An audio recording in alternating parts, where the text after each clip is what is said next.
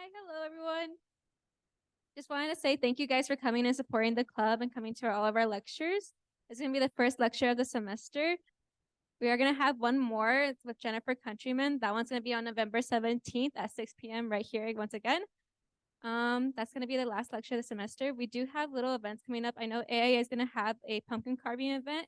That one I believe is going to be on next Wednesday. Other than that, just enjoy the show. Thank you guys for attending, and yeah. All right, thank you. Thank you all for coming.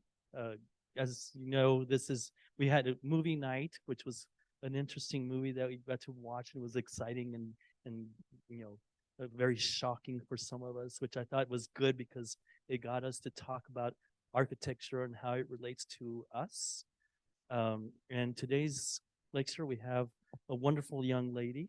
We'll talk more about her in a second, but I do want to thank the Architecture Society. Look at I didn't even have to tell them, and they just set up the chairs. They've got stuff going on. They're really busy. Thank you, Sarah. Thank you to everybody else that's on the board or the officers that work really hard. We've been working hard since the summer, trying to get all the lectures done. I'd also like to thank Ms. Crystal Lindstrom, who's the co-faculty advisor for the Architecture Society. She got all the meetings in the summer going when I wasn't able to, so we were able to continue all this. Thank the faculty, Mr. Munoz, and our coordinator, Mr. Myers, who was here just a second ago. No? For supporting all the events that we have going here. And again, thank you all, because without you guys here, we wouldn't be able to do this, right? Because then we'd just be talking to ourselves. So I have this wonderful young lady here. So she did her undergraduates at UT San Antonio and her master's at UT Austin. So two very good schools there. She worked at Overland and Partners, which is a really good firm out in San Antonio. Came back to El Paso because she's from El Paso. She came back to El Paso and worked for Adidas, and that's really when I met her.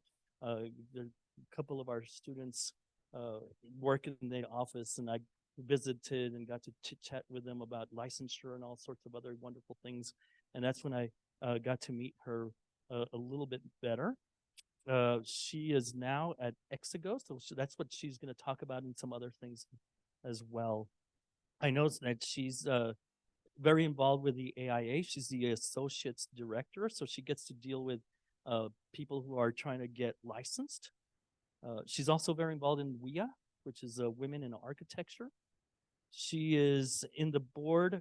She's a board member of Rebuild Together, and I guess she could tell us a little bit about that as well. I know that you're involved in much more than just what I have here, so you could tell us all about that. I kind of stole her little bio from LinkedIn. So, as a Mexican American native from El Paso, Ciudad Juarez, Chihuahua, much of her work and involvement in architecture focuses on the development that should ultimately make an impact on social equity and justice to create healthier lifestyles. She questions the territorial transformations along binational metroplex, binational geologies, trade, and borderlands. Carefully understanding the uniqueness of this binational workforce, Italia studied the theories and principles that establish sustainable progressive communities through an interdisciplinary process and design inquiry. She finds value in working with established community groups and local authority to achieve the social and environmental needs of binational sites such as the borderland. Her desire is to work by multidisciplinary for a better future without compromising the history and identity of place. So with that, I give you Italia Aguilera.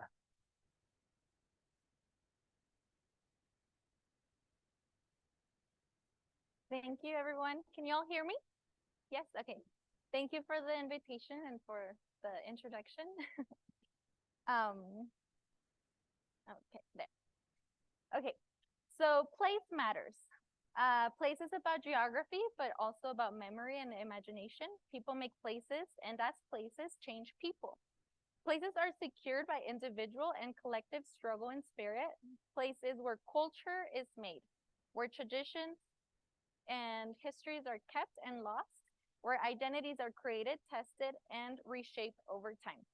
I saw this quote at the African American Museum at Washington, D.C. when I went over for a leadership summit conference.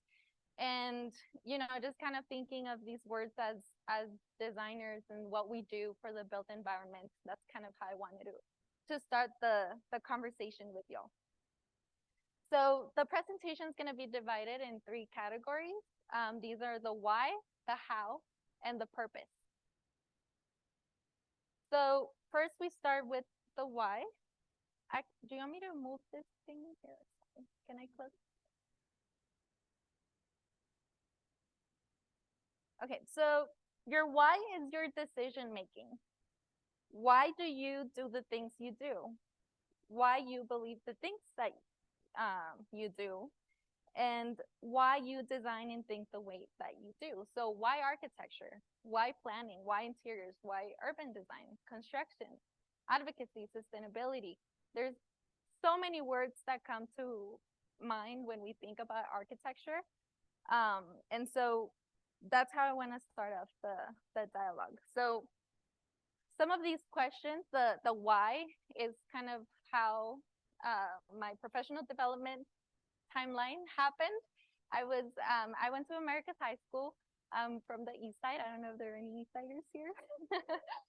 And during my high school years, I did dual credits, so that kind of helped me get into the college, knowledge. And I didn't really know I wanted to be an architect until I took a Revit course in high school. And so the first year that I went to college, I went to UTEP and I worked on my basics. I applied for architecture school and got accepted at UT San Antonio. And I made the decision that I wanted to be an architect. So moving forward, I graduate and then I get an internship at Overland Partners. And this is when I began kind of my NCARB account. I started logging in my AXP hours.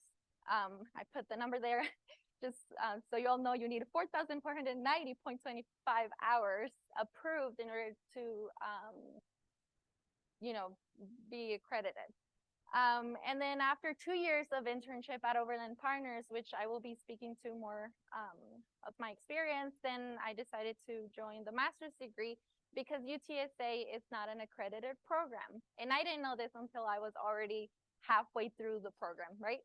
And so then kind of moving forward, COVID happened. I moved back with my family. And then I graduated from my living room virtually, and I applied to my first job here locally. And then now I'm currently at Exigo testing for the AREs. Okay, so coming back to the why. So my why is focused around the importance of making change in the community I live in, raising the voice of minority groups in architecture, community service and community outreach to educate the public on what architecture means and why it is important to always participate where decisions are made, community-centric design, human-centric design, placemaking, the environment. So some of the collage images you see here, through WIA, we participated in a Changemakers event where we met with Veronica Escobar. We also participated in the Women's Summit Leadership in LA, and they made this poster about the local, the leading women in architecture in El Paso. The following picture, I worked with the community in San Antonio to build these nooks of you get a book and then you leave a book. And I worked with children, and they desired to make a cosmic universe like bookshelf, and so we made it happen for them.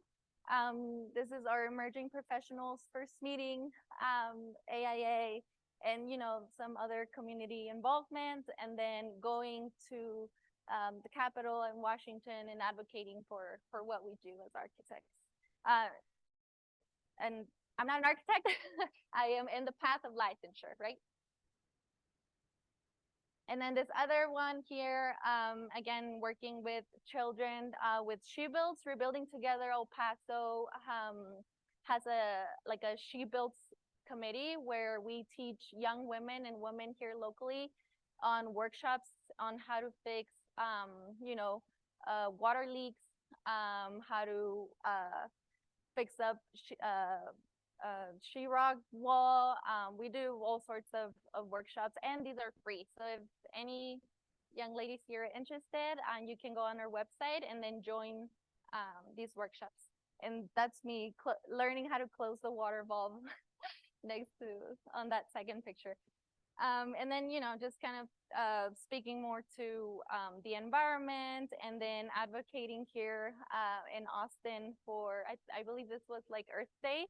So we all gather to kind of, speak to the needs for sustainable design and practice.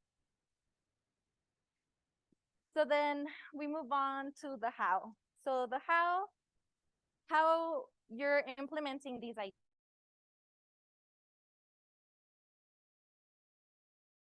How are you physically doing the work? What I wanted to share with you all that has helped my path to licensure is finding a mentor, whether that's here locally, like within the school, or outside resources. Design through inquiry. You have to always be asking yourself, why are you making these design decisions? Why, just question everything, and explore. Be curious about what is it that you're doing. Don't be afraid to fail, learn from each other, get involved, volunteer, and join support groups. So my how. My how was finding support groups at school. I looked for resources such as scholarships and fellowship opportunities, to where I was lucky enough to get a full ride to UT Austin. So when I applied to the school, I received my acceptance letter, and then they said that, I submitted my portfolio, and they reached out. They were like, "Oh, there's this fellowship." I had no idea what a fellowship was until I got that letter. And so I'm kind of just telling you this so that you start looking for those opportunities. Exploring through material, participating, asking questions, learning new tools and methods. And this is just, some images that I gathered from school, from pinups, some imagery. Physical models is still a thing, even in practice. We rely now a lot on the tools that we have virtually, but physical models are still very, very important. And then this picture here of me laying down a brick for the first time ever, and understanding the methods of construction. So I'm going to introduce a project from school. This is Morph. It was an art installation, and I was part of the project leaders. Things that I learned through this process was scheduling meetings with engineers, electricians, contractors, construction assembly details. So to tell you a little bit about this project, this was an art installation in downtown. And the inquiry was, is digital interface vital to manifest contemporary ideas in a physical digital art and well-being? This comes from mapping San Antonio on your left side, and using inputs from research of cultural destinations and demographics. Then we generated a multifaceted form, which we called Morph. Therefore, it was a reflection of computational design processes. So we managed to map some of these concepts out, and then we gave it a form. The research uncovered significant past growth trajectories driven by the city's rich Mexican-American culture, and the passion of the citizens to create new frontiers in businesses, technology, art, and so through this process of mapping, identifying growth boundaries within the city, then we wanted more to be a physical representation of movements. So we laid these out in a way that we could prefabricate them. And these were aluminum sheet metal panels that were water jet cut. And then we painted them and we assembled them on site.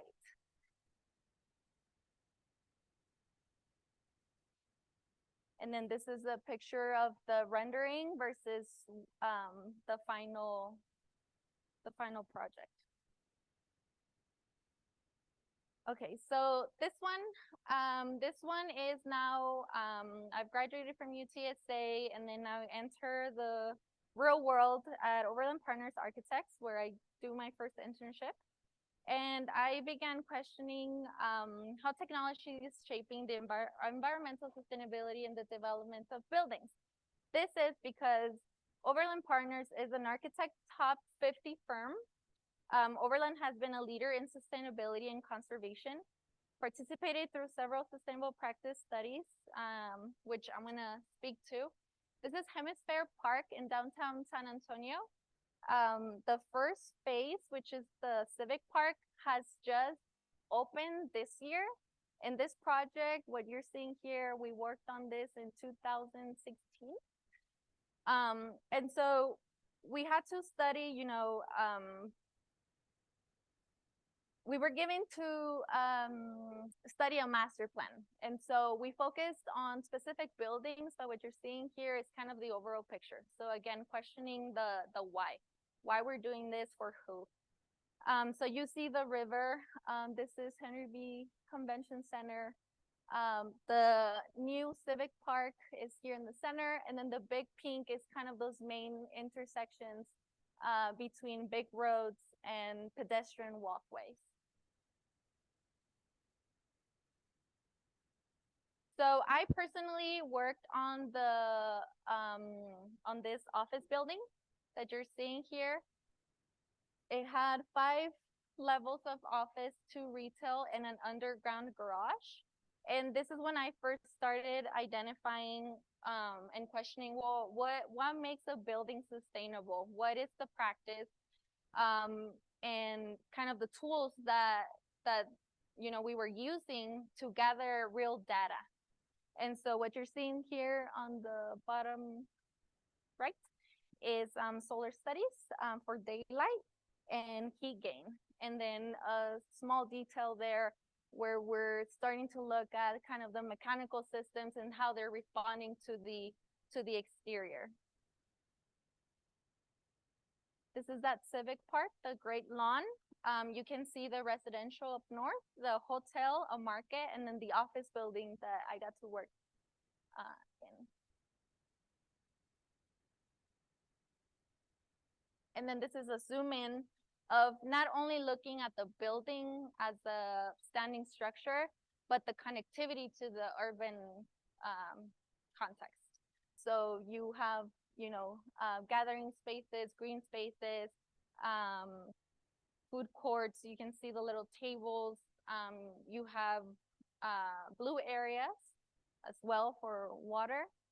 And this is just kind of, going back to the question of why we want to relate to the big context.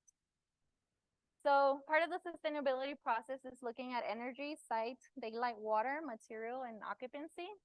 So on the bottom, you can see kind of as a timeline, we first establish goals. Then we look at schematic like diagrams. Then you kind of do the process of doing energy modeling, details, quality control, and optimization. We looked at, again, sustainable goals, energy, water, well-being. I don't think I'm going to go very in depth on these just because of time, but if you have any questions, please let me know. So when working at Overland, this is kind of how I started getting interested in sustainability. And then later on, I got my WELL AP accreditation. as to, in response to my big why. This is a climate analysis that we did for this project, kind of understanding, thermal comfort and the complexity of the site. And then looking at occupant comfort, which speaks to well AP, energy efficient buildings are only effective when the occupants of the buildings are comfortable. Otherwise, occupants will take alternative means of heating and cooling that could be even worse than typical HVAC systems. And again, this is just kind of a section identifying, in context to sunrise, sunsets, wind, and all of those things. And so what's really interesting about this project is that the skin of the building is responding to its specific climate and location. This building could not be designed this way if it were located here in El Paso because of the glazing. The north facade, we have it open with glass because that's where you can kind of open up to sunlight, natural sunlight. We kept the base kind of this masonry heavy material, and then all the glass above just kind of feels like it's floating. It's lifted off the ground. And again, the materials also respond to the urban connectivity. And then here you can see these vertical louvers, which are responding to the west elevation for sunset.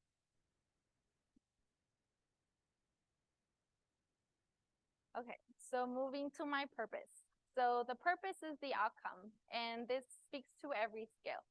So the purpose needs to be intentional, sustainable, beautiful, responsible, functional, innovative, engaging, safe, ethical, and resilient. The purpose here, these photos are kind of specific projects I've worked on. One will always be community service, and that speaks to kind of the just being socially responsive as architects. We always have to be aware of what's happening in your community. And the only way you're going to find out is being involved. And there are levels to how you can do that. The second one is Trost Court Alley in downtown El Paso. Trost Court is going to be a new plaza. And this speaks to maybe a smaller scale of urban design. El Paso Water is what I'm currently working on with Exigo Architects. And then El Paso Deck Park is this concept that some friends and I, decided to kind of think of a big what if, like what if the deck park could offer these amenities? What if we shaped it this way for El Paso? So El Paso Water Administrative Building is what I'm currently working on.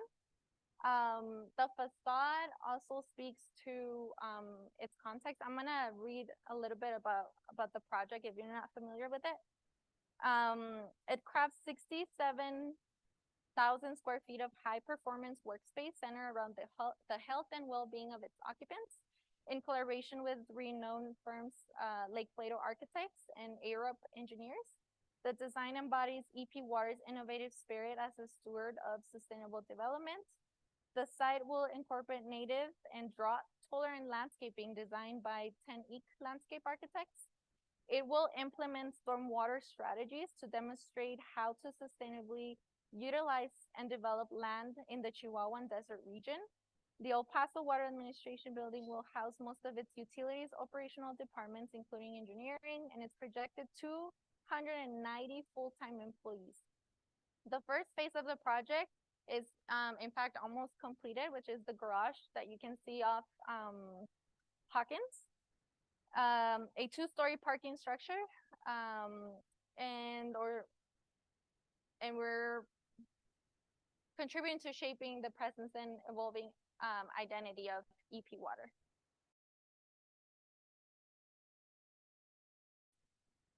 Okay, so kind of speaking to, these kind of big terms, sustainability, wellness, comfort. This is a study that we did for materials, looking at occupancy, structure and how all of these components come together. I think this is a beautiful section that can express some ideas. The open stair that connects from the outdoors, it's very welcoming, and then how it drives you up to the second floor. We have a reception lobby area and then elevators, kind of utility backup house on the other side. And these drawings are kind of part of the process of design. These are not intended to, you know, be part of the final kind of idea. These started with something and then they've evolved over time.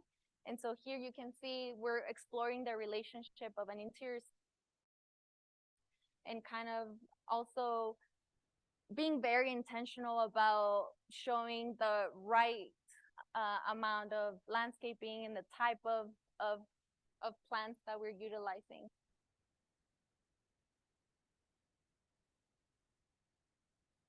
This is another section that speaks to relating indoor to the outdoor. The outdoor is mostly brick and metal panels with glazing where the where we can have most of the fenestration because of our location and already all the analysis we have done. On the left, you can see the boardroom with high glass that can have openings to the view, but because it's facing west, I think they're kind of showing that, representing like a screen.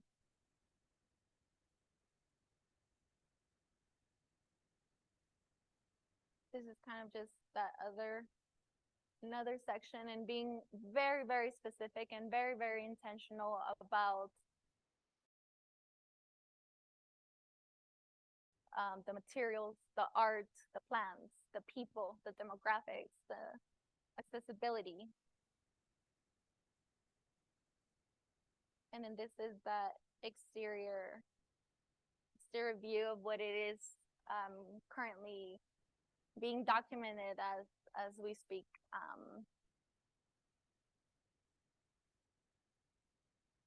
And there's some much more analysis that went into this. Also, we had several screen iterations of where you see the EP, the kind of that drop, the water logo, EP water logo. We played with the screen of the watersheds of El Paso, the rivers, the brick patterning was another study by itself. The color, we went through so many different iterations of color and looking at it in the sun versus just doing a rendering. Yes, like real samples. And I think I went super fast on this because this is my last slide. So what's your why, how, and purpose? And this, I want to kind of leave you guys with this as to why are you here? Why are you studying architecture? What is your interest? Now, how are you implementing those ideas into your everyday? And then later on, your purpose will obviously be whatever you guys want it to be. So I'm obviously now open for discussion, ideas, questions, specifics. Thank you.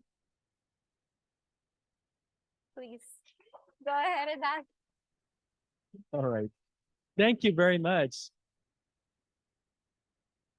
She's a fast talker. I am. The biosphere, is that the one that Emilia Ambas designed originally, or is that a different project altogether? Which one? Emilia Ambas, the biosphere that you worked on with Overland? The hemisphere? Hemisphere, yeah. Hemisphere was a project I worked on with Overland Partners in San Antonio.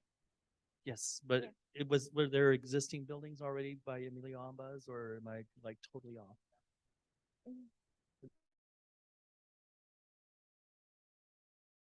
they did botanical. Okay, I'm getting confused. Mm. Okay. If we do have any questions, please, anyone?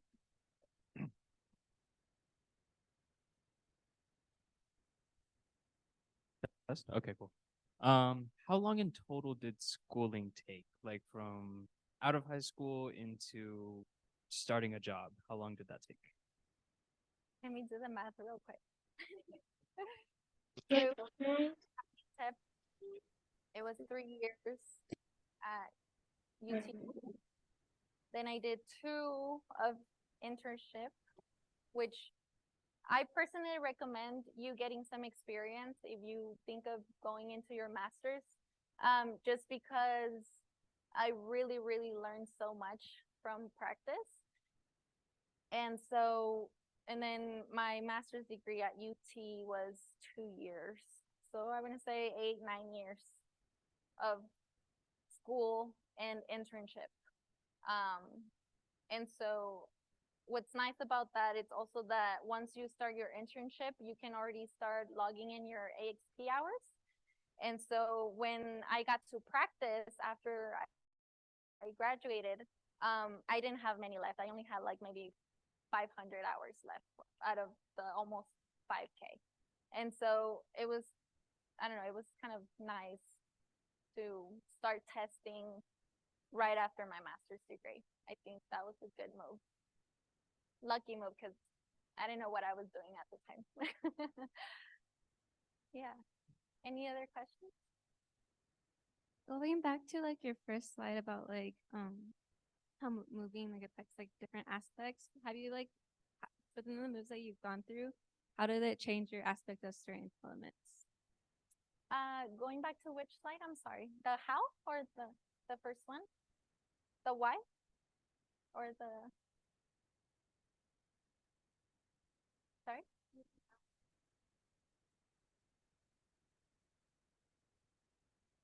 Place matters.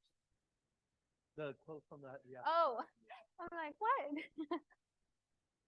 And what was your question again? Sorry.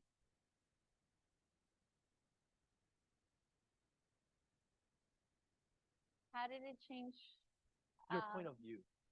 the quote itself? Oh, okay. This quote,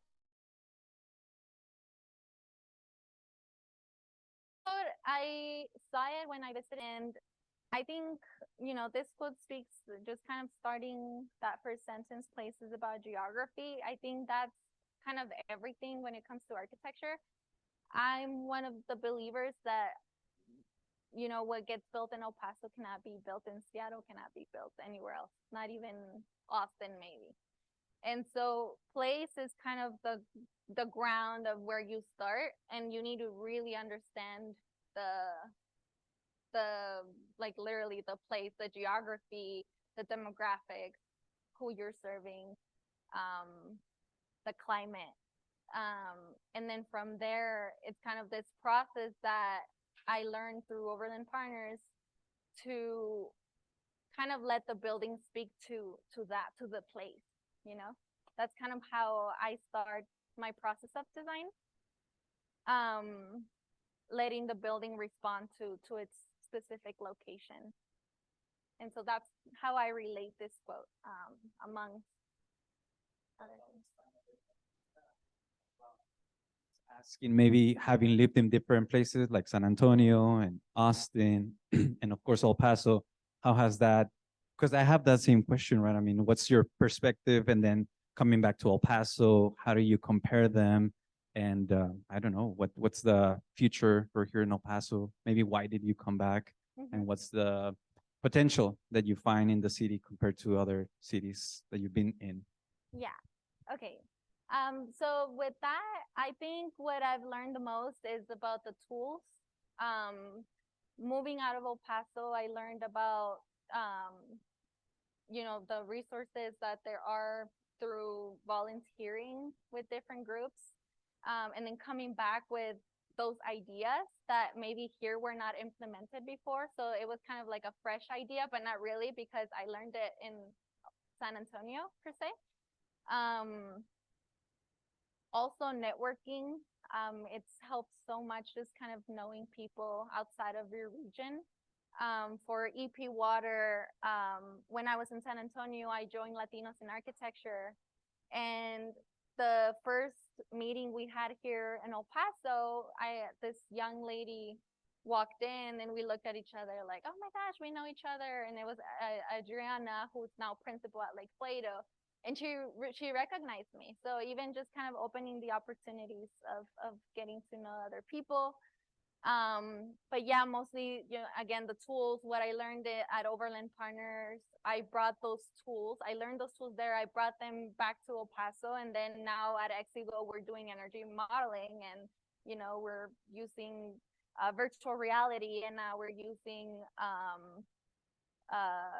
all sorts of things that maybe I would have not known unless being away. Yes, exactly. And so that's also part of the process of, I think, of just kind of being,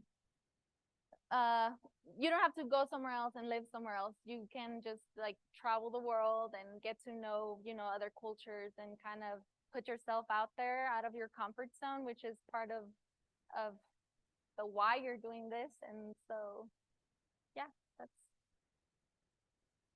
Any other questions? Hi, Italia. I have a question. Where? Oh, okay. Zoom land. Okay. Hello. I'd like to introduce myself, Jacqueline Reyes. Thank you. It was a great presentation overall. I was just curious to know that you were saying that you're working on a project, right? Yes. Yes. And I would like to know what like you're specifically, maybe you can go into further details with what you're doing with Yeah. that project.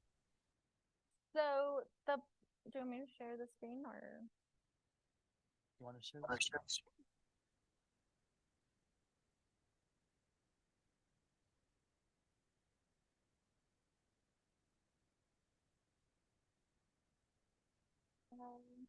Okay, yeah, and I'll speak to these projects.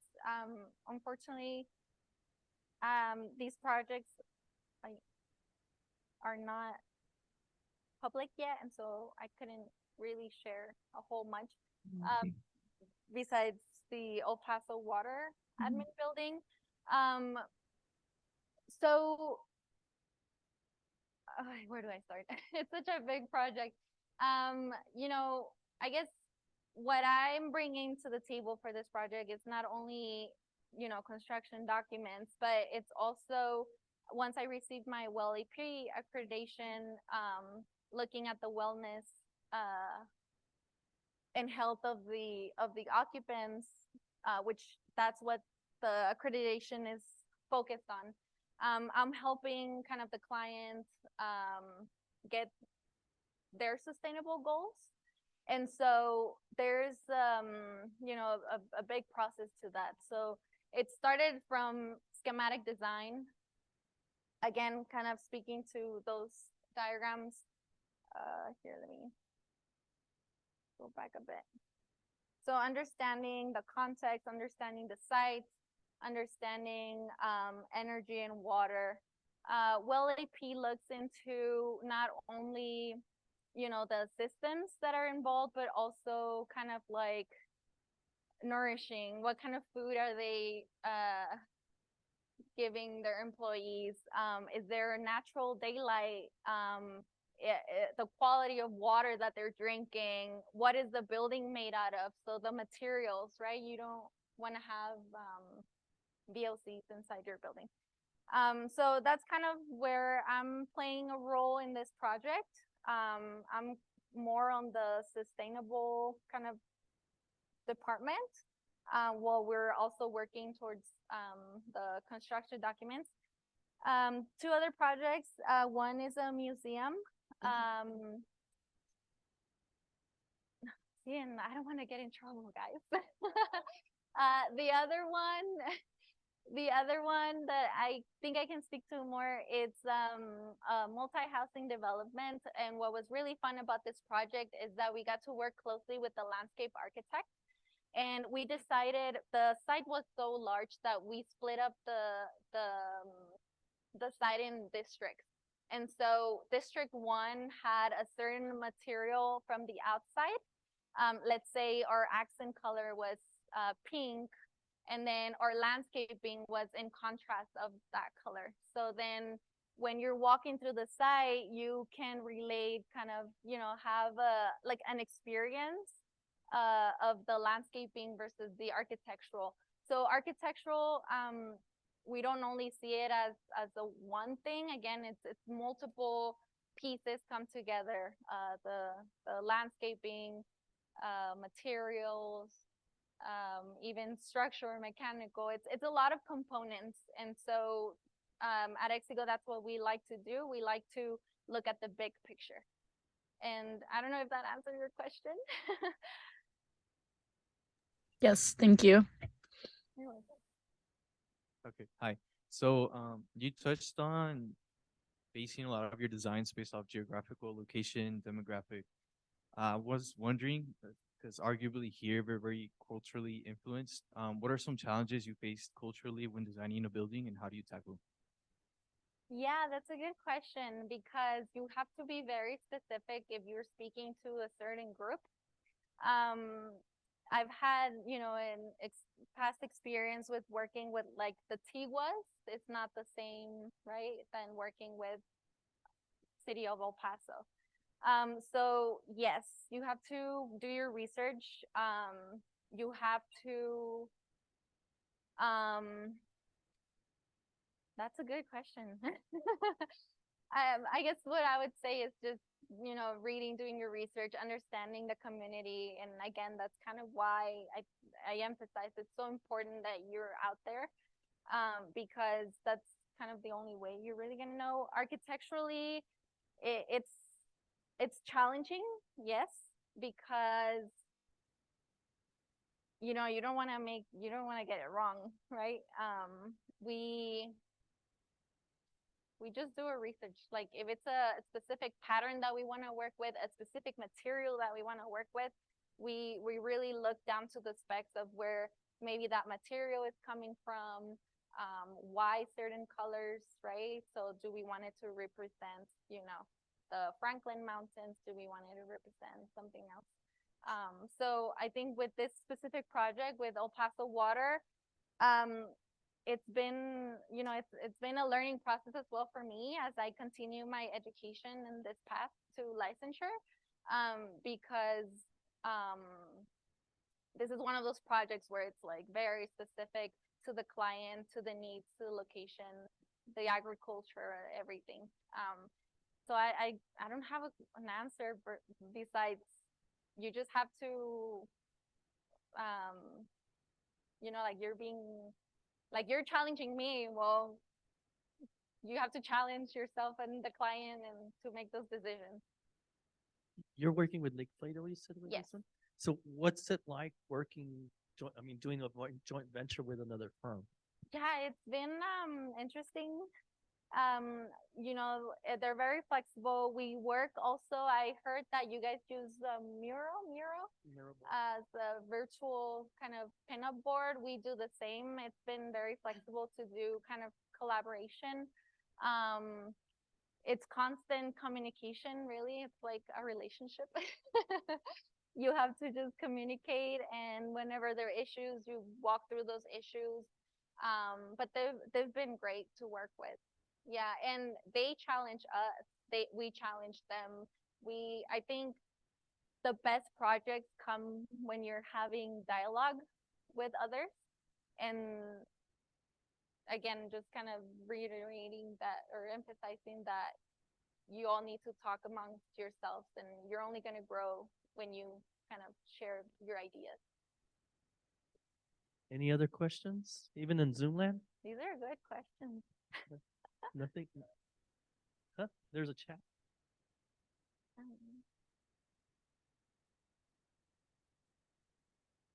Where do you prefer to work in, the building or the landscaping, architecture, and why? You guys are good. Because when I was applying to my master's, I thought about applying to landscape architecture. And I had so many friends from UTSA that went and did their like dual, like architecture and landscape. And, you know, these friends influenced me also to look at other routes. But it's just one of those things that they just go hand in hand, you know, you just cannot design a building without knowing what's across the street, what's your neighbor doing, what, you know, where am I walking through, connecting to the city. It's so important. And so we need to stop looking at architecture as a box. We need to look at architecture as the whole urban context, and how do I get from point A to point B, and what is that kind of experience really. That's, to me, that's what architecture is. Good evening, Miss Aguilera. My name is Joel Garcia. I'm a first-year college freshman here at EPCC. And on behalf of all of us here, I'm sure we'd like to extend our gratitude for you, to you, and coming here today and kind of telling us your story. I guess my question for you, I was also, as Mr. Moreno was also doing, kind of looking at your LinkedIn profile, and a concept that I thought was kept coming up was the idea of multiculturalism, and kind of continuing on his point, I believe. Do you think there's any relationship that lies between architecture and culture? Yes. It's important to look at architecture from that perspective because, you know, kind of starting off with that quote of place architecture is kind of what speaks to identity, and it can be individual, such as EP Water, or it can be to context, such as El Paso.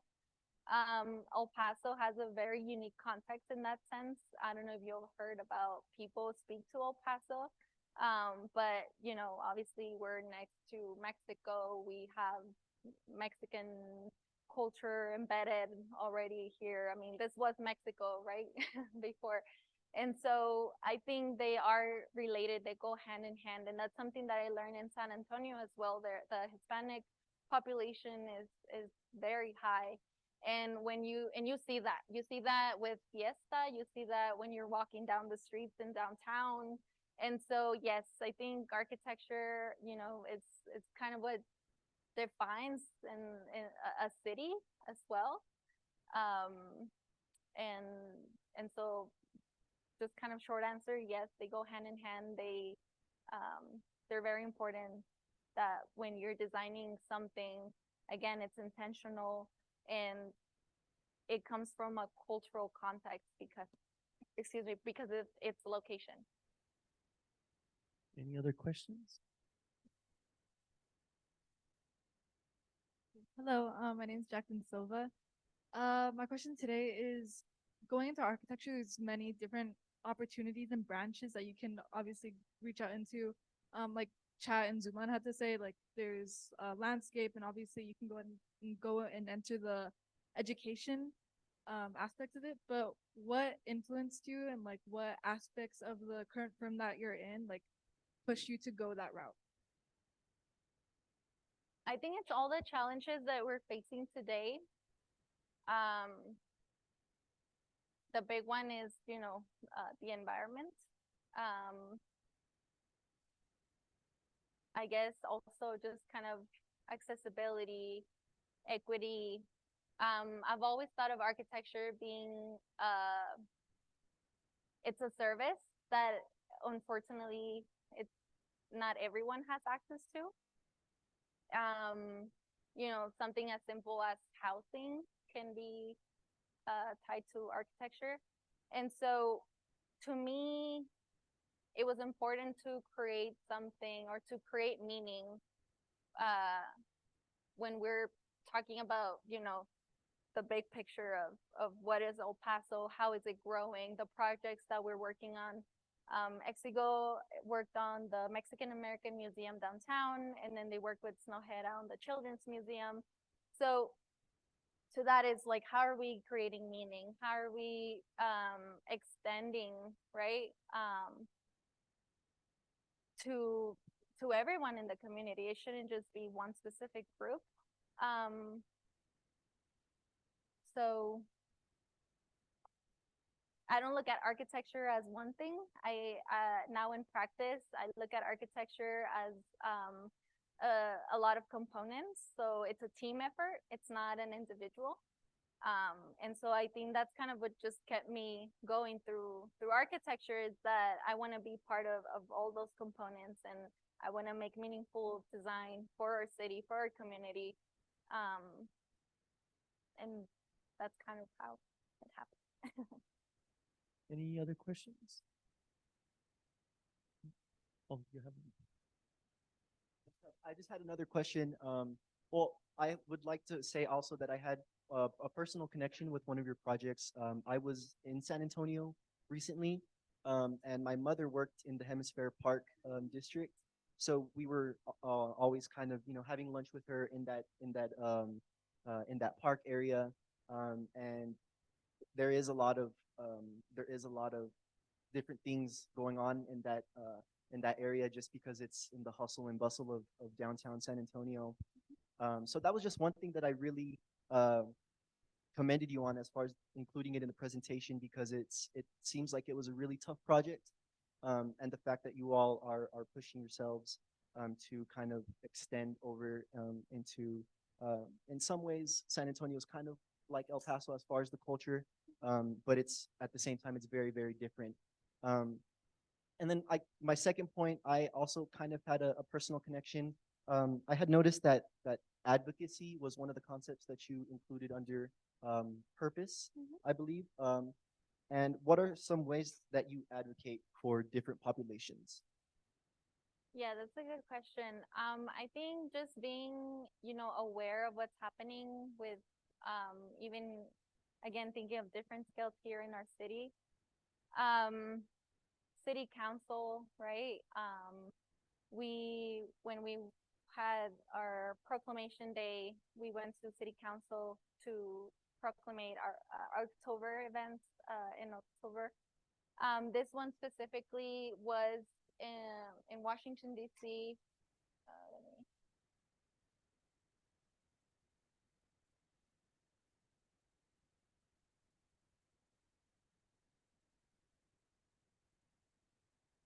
Was a group of people right here across Texas. This was a specific Texas group, and we had a list of issues.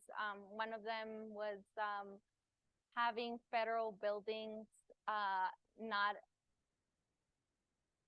advocating for federal buildings not being of one specific style, because this was implemented, I believe, maybe 4 or 5 years ago.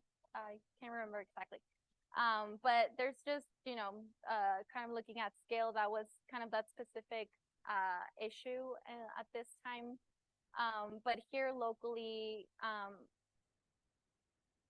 it's just kind of understanding what's happening within the city, knowing kind of your, like, what's happening within your district, things like that.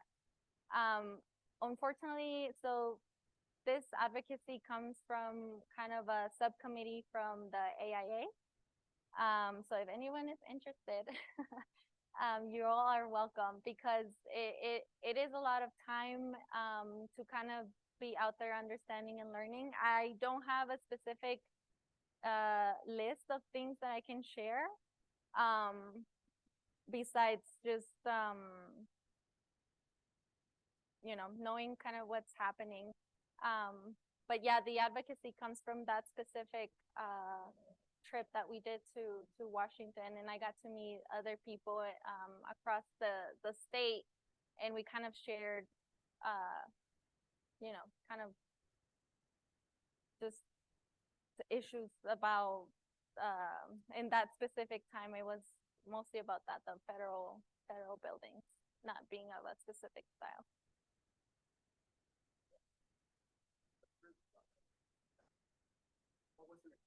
Yeah, Yeah, we women in architecture has grown so much. Our Exigo partner Paulina Lagos started she's the founder of WIA in 2020. And then the following year I co-chaired with her. I mean, kind of like I shared with y'all, it's mostly about providing the space and the resources of women who, they might think of the path to licensure, but women have other type of challenges. Advocating, like teaching young women. Today, one of our chair actually had a presentation at the Young Women's Academy. And so growing up, as a kid, I didn't really know about architecture. And so I think it's important that we raise kind of awareness to young women, young girls. So yeah, thank you for reminding me about about WIA. I think it is, yes. I believe, if I'm not mistaken, like in 5 students, there's now 3 women in architecture school. We're seeing the numbers growing. And it takes effort, it takes time, but it's worth it when you see, those kind of just starting to learn about the profession grow as well. So yeah, it's all about opening the path to others, whether it's a minority group, right, like a Hispanic or women, or so. We are doing a lot. Yeah, hopefully you guys hear it and see it. And everyone's also welcome to join WIA. You just have to go on our AIA website, go under calendar events, and then we're gonna post our next meetings there. All right, one last question. We're already at 7 o'clock. So one last question. Everybody on Zoom? No? Okay, anybody in here? Yes, no, maybe? Make up your mind.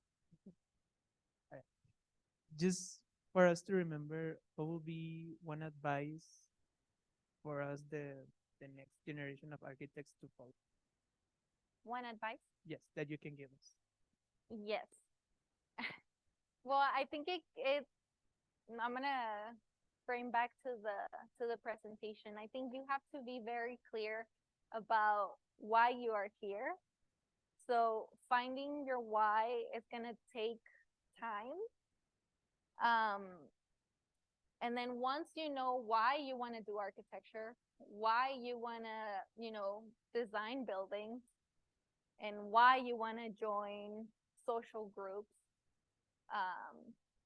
then start questioning, okay, how am I going to get it done? How am I going to do it? What do I need to do to get to licensure? What do I need to do to get to, why not city council and be a council member? What do I need to do to get to become a principal at a firm? So first you need to identify why you're here. Then your how is going to take help from others. Don't think that you're going to figure it out by yourself. It took a lot of mentorship, like mentors in my life, and I still have my mentors today. And then, your purpose is just kind of what you're going to make out of. Do you want to travel the world and be a star architect? Do you want to just, have the best firm here in El Paso? Do you want to be involved in, sustainability and bring awareness to our environment? So that would be my advice.